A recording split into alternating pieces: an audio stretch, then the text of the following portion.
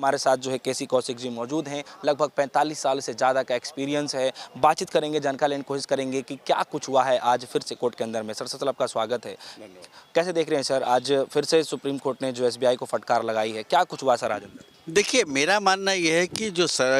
संवैधानिक पीठ का जो निर्णय है बड़ा क्लियर है, लेकिन स्टेट बैंक ऑफ इंडिया बार बार कोई किसी ना किसी कारण से जो बेसिक इन्फॉर्मेशन है उसको हाइड कर रही है। ऐसा लगता है कहीं ना कहीं या तो उन पर पॉलिटिकल प्रेशर है या वो किसी को छुपाने की कोशिश करें। जो यूनिट आइडेंटिफिकेशन नंबर की बात है, यूनिट आइडेंटिफिकेशन नंबर तो हर बॉन्ड जब आपने इशू किया है उस पर आपने डाला हुआ है। जब आपने उस पर डाला हुआ है तो उसको डालने के बाद जब वो बॉन्ड रिडीम हुआ है तो उसको नेचुरली मैच किया होगा। तो आपके पास जब सारा डेटा मौजूद है तो आप उसको आखिर क्यों छुपा रहे हैं? ये मेरी समझ के बाहर की बात है। ये पहली बात है। ऐसी नौबत क्यों आ रही है? जो भारत का नंबर वन बैंक है, जिसको स्टेट बैंक ऑफ इंडिया कहा जाता है, यदि किसी भी कारण से state Bank of India fail हो जाता है, इसका मतलब भारत सरकार फेल हो गई। जो इतना इंपॉर्टेंट बैंक है, अब वो इतनी छोटी छोटी बातों को पब्लिक में जाहिर नहीं कर पा रहा है, तो ये कहीं ना कहीं अपने में एक भ्रम और एक कन्फ्यूज़न पैदा करने की स्थिति पैदा कर रहा है।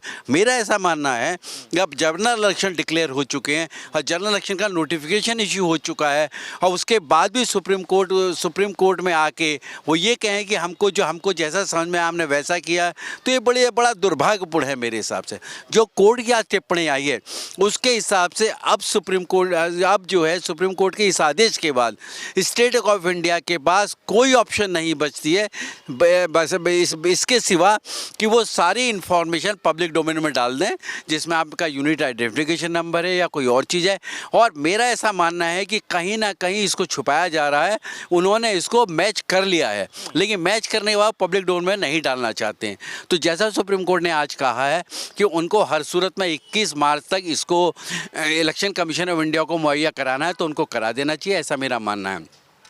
यदि वो किसी भी कारण से इस बार मुहैया नहीं कराते हैं, तो जो मेरा अनुभव कहता है कि सर्वोच्च न्यायालय की जो संवैधानिक पीठ है उस पर सीरियस नोट लेगी, कि जो पहले कह चुकी है कि हमको हेजिटेशन नहीं होगा यदि हम chairman and managing director state Bank of India के लिए कंटेम्प्ट नोटिस इशू कर दें। वो ऑलरेडी एक ऑर्डर में पास कर चुके हैं। तो आज को ऐसा मानना चाहिए कि पब्लिक सेक्टर बैंक है कि वो 21 मार्च तक जितनी भी इंफॉर्मेशन संवैधानिक पीठ के निर्णय के मातहत आती हैं वो सारी मुहैया करा दें। और सबसे बड़ी बात है कि फ्री एंड फेयर इलेक्शन के लिए ये पब्लिक डोमेन में ये इन्फॉर्मेशन आना ज़रूरी है। और मेरा ऐसा मानना है कि इलेक्शन कमीशन ऑफ इंडिया भी अपनी ड्यूटी समझते 21 मार्च को जैसे ही उनके पास इन्फॉर्मेशन आ जाएगी, वो 21 मार्च को ही विदाउट लूजिंग एनी टाइम वो इसको अपने वेबसाइट पर लोड कर देंगे, जिससे ये सारी चीज़ें पब्लिक डोमेन में आना चाहिए, ऐसा मेरा मानना है। लेकिन कौशिक साहब, बताया ये भी जा रहा है कि जो है जैसे यूनिक कोड की बातचीत की जा रही है, क्या लगता है कि यूनिक कोड का अगर जिस तरीके से कोर्ट ने आदेश दिया है और वो 21 तारीख तक वो दे देते हैं, अगर वो सार्वजनिक हो जाता है तो उसमें क्या कुछ जो है यूनिक कोड से ऐसे चीज़ें हैं जो अभी तक छुप रही हैं वो सामने आ जाए? देखिए, यूनिट आइडेंटिफिकेशन नंबर है, सबसे बड़ा फ़ायदा होगा कि जो information state Bank of India छुपा रही है, स्टेट बैंक बार बार ये कहती आ रही है कि साहब इसको हमको मैचिंग कर लेंगे, 30 जून तक का टाइम दिया जाए, तो वो अपने में जगजाहिर हो जाएगा कि जो वो छुपा रहे थे वो वास्तव में 30 जून की नहीं थी, वो 3 दिन या 2 दिन की इन्फॉर्मेशन थी। और आजकल जो पब्लिक डोमेन में चीज़ें हैं, कोई भी सॉफ्टवेयर का जो बंदा है वो उसको मैचिंग करके पब्लिक डोमेन में डाल देगा, जिसको बार बार स्टेट बैंक ऑफ इंडिया छुपाने की कोशिश कर रहा है। देखिए, बेसिक मुद्दा ये है कि यदि ये इलेक्ट्रॉनिक बॉन्ड का जो कंसेप्ट आया था, जिसको संवैधानिक पीठ ने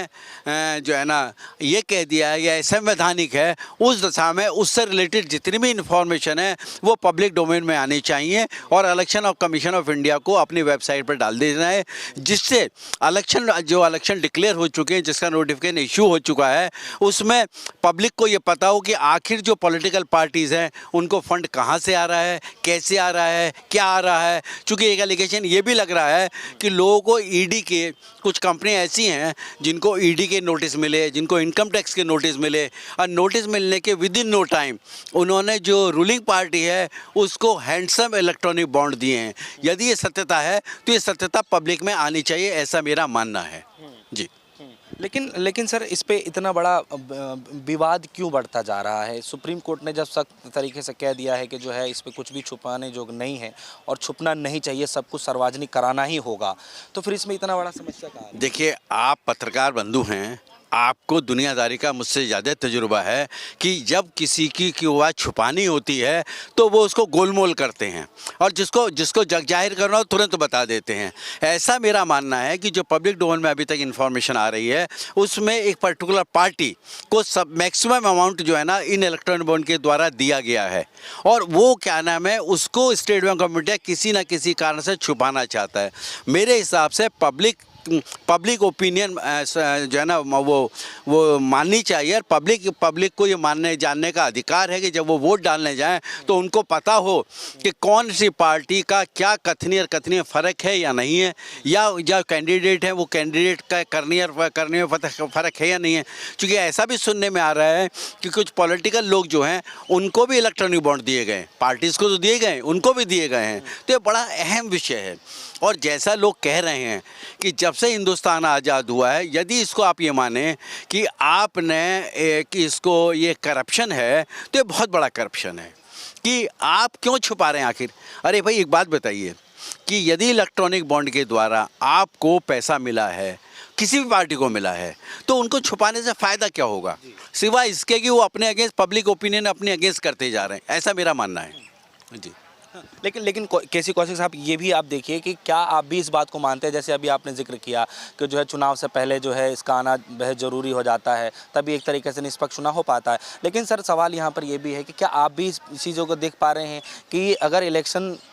होने से पहले, वोटिंग देने से पहले अगर इसका खुलासा हो जाता है और उधर इलेक्टोरल बॉन्ड जो चुनावी बॉन्ड को लेकर के जो जिक्र चल रही है और उधर फिर चुनाव भी है, तो क्या लगता है कि दोनों जो चीज़ें हैं एक दूसरे से जो है मिलते जुलते अब दिखाई दे रहे चुनाव से पहले अगर ये खुलासा हो जाता है तो? देखिए, आपको एक बात समझनी चाहिए, जब ये क्या नाम है इलेक्ट्रॉनिक बॉन्ड का ये कंसेप्ट आया था तो उस टाइम ये हुआ था, ये 15 दिन के लिए खुलता था और वो 15 दिन के लिए उस टाइम खुलता था जब किसी ना किसी जनरल इलेक्शन है या विधानसभा के इलेक्शन है, सिर्फ वो 15 दिन के लिए खुलता था और 15 दिन में जब खुलता था तो उस टाइम ये होता था कि इलेक्ट्रॉनिक बॉन्ड इधर आपने ख़रीदे और उधर पॉलिटिकल पार्टीज़ को दे दिए या उन्होंने आपने इंडिविजुअल कैंडिडेट्स को दे दिए और उन्होंने उन 15 दिन के अंदर उनको रिडीम करा लिया। यदि वो 15 दिन में रिडीम नहीं हो जाते तो वो क्या है पीएम फंड में चला जाता। इसमें एक मुद्दा दूसरा अब ये उठ के आएगा कि अब ये भी जब ये मैचिंग हो जाएगा तो पब्लिक को ये भी पता लग जाएगा कि जो पीएम फंड में गया है वो जिसका ऑडिट नहीं हो रहा है और उसमें कितना गया ये भी पब्लिक को पता लग जाएगा। ऐसा मेरा मानना है इस खुलासे के बाद। ये खुलासा इसलिए इम्पोर्टेंट है कि जैसे ही क्या नाम है इसकी मैचिंग होगी तो दूध का दूध पानी का पानी हो जाएगा। ऐसा मेरा मानना है क्योंकि कहीं ना कहीं एक बात तो कन्फर्म है कि स्टेट बैंक ऑफ इंडिया जो एक पब्लिक सेक्टर बैंक है, जो हिंदुस्तान का सबसे बड़ा बैंक है और उसके चेयरमैन एंड मैनेजिंग डायरेक्टर को जब क्या नाम है सुप्रीम कोर्ट ने प्राइम फेसी कहा है कि हम ये हेजिटेट नहीं करेंगे आपके अगेंस्ट, हम कंटेम्प्ट प्रोसीडिंग स्टार्ट कर दें, अब फिर भी इंफॉर्मेशन आधी अधूरी दी जा रही है तो मेरी समझ के बाहर की बात है ये। लेकिन सर आप इसको कैसे देख पा रहे हैं कि जो है बार बार जो है सुप्रीम कोर्ट फटकार लगा रहे हैं, उसके बाद जो है उसमें देरी की जा रही है, आप इसको कैसे देख रहे हैं? और क्या लगता है कि चुनाव से पहले जिस तरीके से जो है सीजीआई साहब जो है एक कड़ा रवैया अपना रहे हैं एसबीआई के, उसमें जो है क्या लग रहा है कि सब डेटा जो है निकल पाएगा बहुत जल्दी? देखिए, जहाँ निकलता भी है, जिस तरीके से आप बता रहे हैं कि इसमें सब कुछ साफ हो जाएगा, तो सर आंकड़े तो वैसे भी साफ दिखाई दे रहे हैं कि भारतीय जनता पार्टी को सबसे ज़्यादा इसमें मिले हैं, तो अब रह क्या जाएगा इसमें? देखिए, इसमें अभी भी जो डेटाज बाहर आए हैं उसमें मान लीजिए आप ये मान के चलिए कि जो अभी तक फिगर आ रही है उसमें सबसे ज़्यादा पैसा जिस पार्टी का आप नाम रहे हैं उनको मिला है। ये हो सकता है कि यदि आज 8,000 करोड़ की फिगर बाहर आ रही है तो हो सकता है कि वो इसको हो जाए, उसको आगे बढ़ के 12,000 करोड़, यू नेवर नो। सबसे बड़े तो ये है ना कि आज की डेट में कि एक्चुअल किस पार्टी को कितना मिला है या उसके पॉलिटिकल उनके जो मेंबर्स हैं उनको कितना मिला, ये तो पब्लिक को पता लगना चाहिए, ये मेरा मानना है जी। ठीक है सर, अब क्या सर आखिरी सुनवाई अब कब तक होनी है, क्या है अब अगला मैटर? देखिए, मेरा मानना ये है कि सुप्रीम कोर्ट ने ये मेरा जो अनुभव कहता है कि ये आपको 21 मार्च तक का स्टेट बैंक ऑफ इंडिया को टाइम दे दिया है। यदि स्टेट बैंक ऑफ इंडिया 21 मार्च तक इसमें अपना जिस हिसाब से संवैधानिक फैसला आया है, अब वो सारी information state election commission of India को नहीं मुहैया कराती है, या इलेक्शन कमीशन ऑफ इंडिया उसको बिना समय ख़राब किए उसको अपनी वेबसाइट पे डालती है, तो नेक्स्ट डेट पे संवैधानिक पीठ इस पे यदि कोई एप्लीकेशन आती है तो निश्चित रूप से सुप्रीम कोर्ट उस पर कड़ा रुख अख्तियार करेगी। हो सकता है उस दिन कंटेम्प्ट नोटिस इशू जाए, ऐसा मेरा मानना है। सर एक आखिरी सवाल है सर, इसमें बताया जा रहा है कि जो एसबीआई का चेयरमैन है उनको भी गुरुवार सर मतलब जो है शाम तक जो है उनको भी जो है जानकारी साझा करने के लिए जो है एक हलफनामा दाखिल करने के लिए भी कहा गया है। इसका मतलब, इसका जो हल्फनामे का मतलब है वो ये होता है कि सुप्रीम कोर्ट ने जो अपने संवैधानिक का फैसला दिया है उस फैसले के बारे में आपको जो जो इन्फॉर्मेशन मुहैया कराएं, जिसमें आपका यूनिक आइडेंटिफिकेशन नंबर भी है, सारी इन्फॉर्मेशन आप इलेक्शन कमीशन ऑफ इंडिया को देंगे और 21 तारीख का अपना हल्फनामा फाइल करेंगे कि ये इन्फॉर्मेशन जो संवैधानिक पीठ का फैसला 15 फरवरी का है तो उसके हिसाब से हमने सारी इन्फॉर्मेशन मुहैया करा दी है। उसके बाद उस हल्फनामे को सुप्रीम कोर्ट ये देखेगी कि वास्तव में इन्होंने सारी इन्फॉर्मेशन दे दी है, या जैसे पहले एक जूनियर ऑफिसर से वो एजीएम रैंक के लोगों से एक एफिडेविट दाखिल करा दिया था, फिर भी ऐसा कोई खेल तो नहीं हुआ है, ऐसा मेरा मानना है। बहुत बहुत शुक्रिया। तो हमारे साथ जो है केसी कौशिक जी मौजूद रहे जिनसे हम खासा बातचीत कर रहे थे।